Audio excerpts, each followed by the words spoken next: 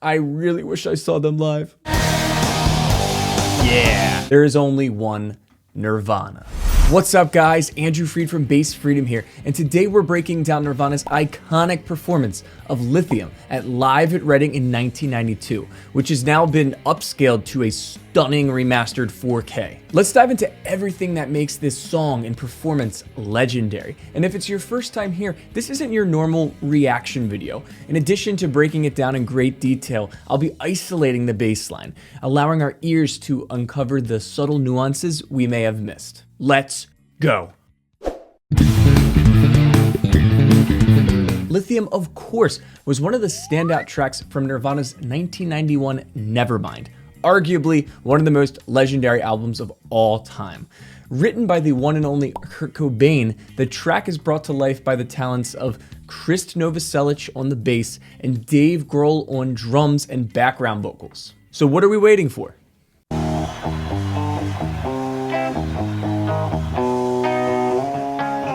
Classic guitar intro. I'm so happy 'cause today listen to that crowd.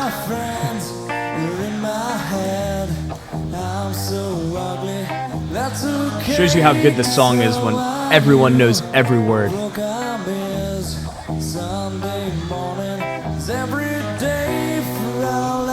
You know it's coming. This guy's funny too in the middle, some random guy.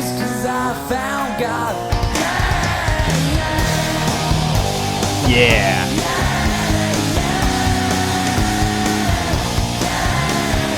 So powerful. There's a lot more going on than you know. We'll break that down.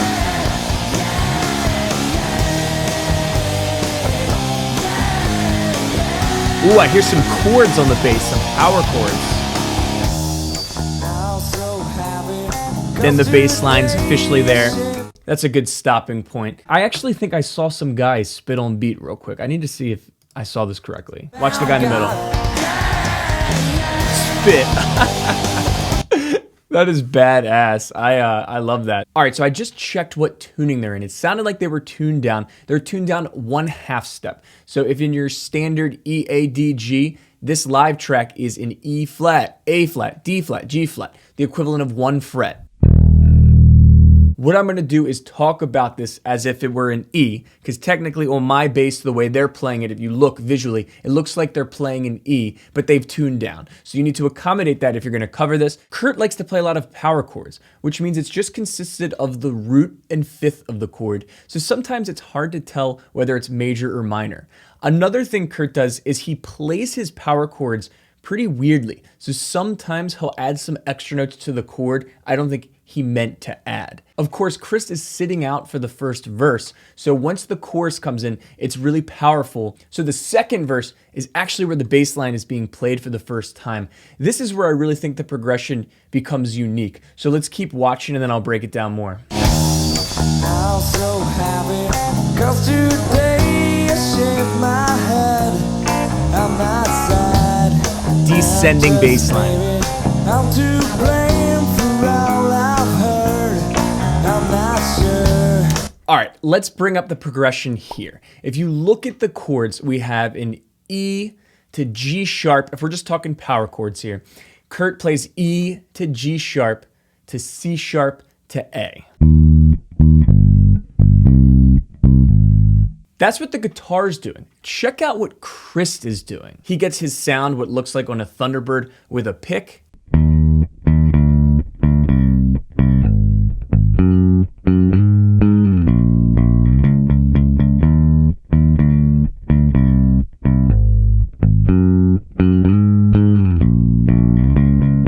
So what's really unique is he's playing this descending bass line.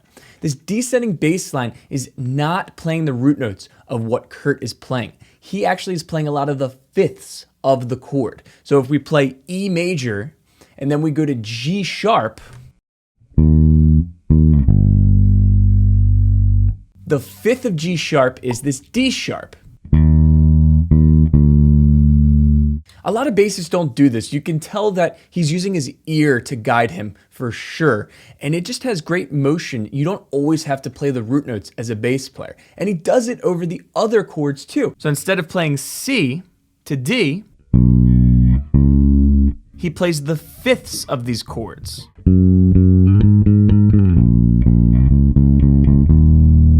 So check out the bass with Kurt's guitar in that second verse, and you'll be able to hear the motion, how the bass kind of descends and is not playing all the root notes.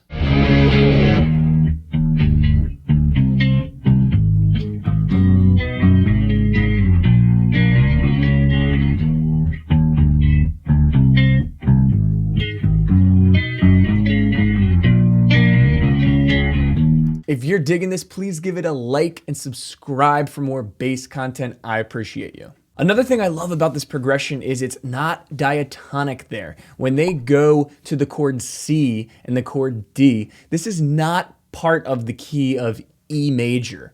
What this is a common borrowed chord or substituted chord. If we get real theory here, it's the flat 6 major to flat 7 major. And you hear this a lot in classic rock, punk rock, and it's just a really cool way of drifting away from the chord progression, but it's nothing too crazy. It's just perfect. I love that. If your ear can't tell that the bass isn't playing root notes there, that is completely okay. But I'm here to let you know that that's what makes things like this great. Kurt's amazing vocal melody too. He always has the best, most like melodic, haunting melodies. It's just perfect. Let's keep going.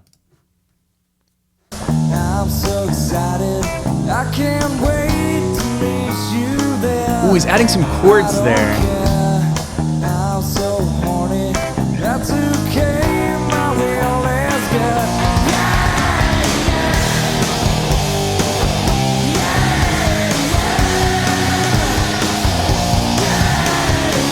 Hear that crowd? So now that we're breaking this down, I'm realizing what makes the chorus so powerful isn't just the dynamics increasing or Kurt's distorted guitar. It's Chris' bass line finally playing the roots for the first few measures. He moves away from the descending line and follows Kurt. He does still play the fifth of the chord over the C and D measures, but I'm telling you, this is an underrated part that contributes.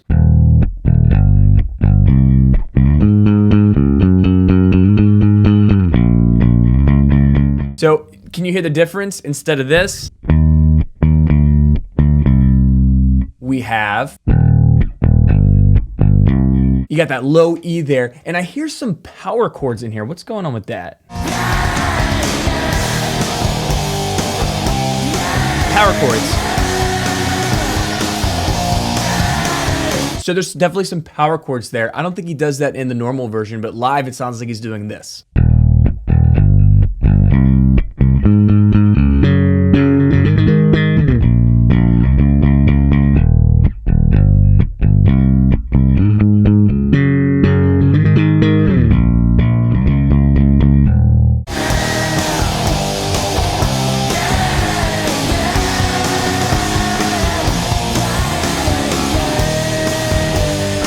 Oh man, love that part. That's my favorite part.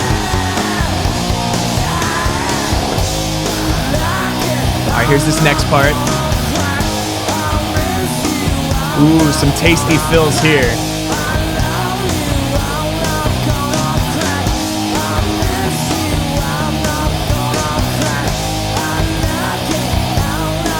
It's just 2 chords. Wish there was some. All right, before that next part, let's talk about this one. So it's only 2 chords. It sounds like, it looks like he's just doing A to C.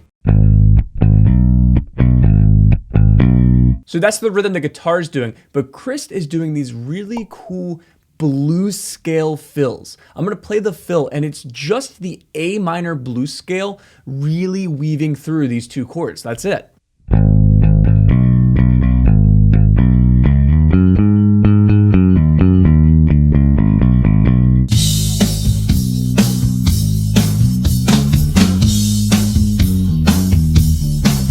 Really cool fill there. That is so freaking tasty, man.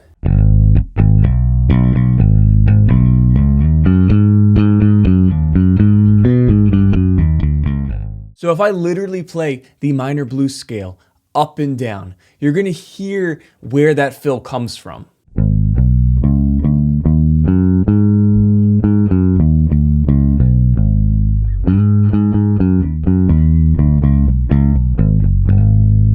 The blues scale is an awesome scale. On level 8 on my website, Bass Freedom, you can study the scale in great detail. So if you're a bass player, then you need Bass Freedom. Bass Freedom is the ultimate way to level up your skills with one of the most comprehensive curriculum style learning paths that I call step by step. It's broken from level 1 all the way up to level 11, and it's a massive course that's waiting for you. You can try it out for a next to nothing price, see if Bass Freedom's your vibe, and it'll definitely help you become a better bassist.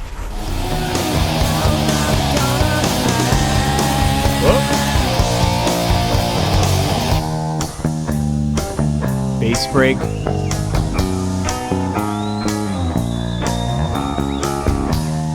I'm so happy 'cause today. All right, so Chris gets a chance to shine there. That's the descending bass line, and this is what Chris was playing, it sounds like.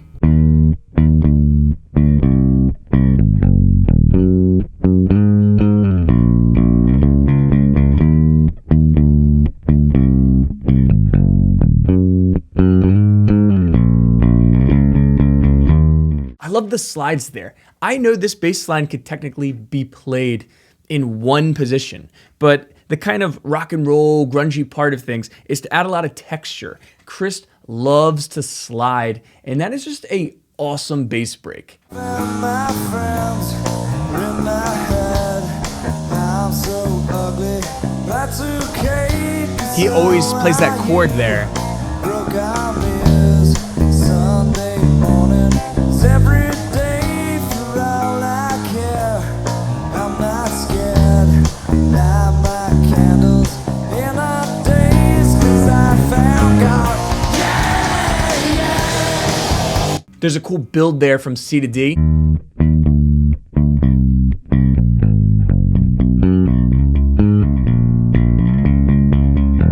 Leading into that chorus. Chords.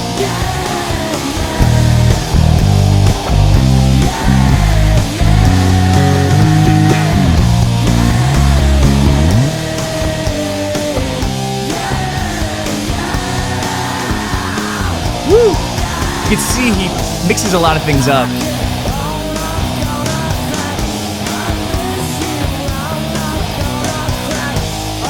There's those blues scales.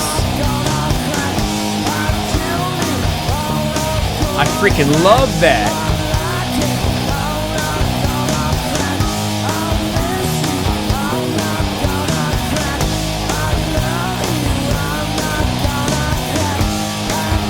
Man, Dave Grohl is a great drummer.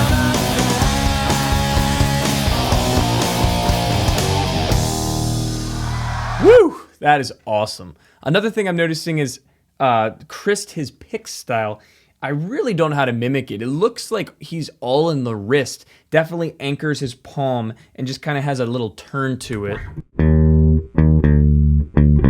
But this is an incredible tune. I think people, have heard this on the radio so much, or they think of it as this catchy Nirvana tune. When you break down that chord progression, it is absolutely stunning. I truly think that the combo of what Kurt does, his chord progression, his sloppy kind of chords, adding some cool little things he's not meaning to, with Chris using his ear and kind of descending the bass over that progression. And there's chords that aren't necessarily a part of the key here. I love that it switches from that E major vibe, then we get away a little bit as we go to that C and D chord.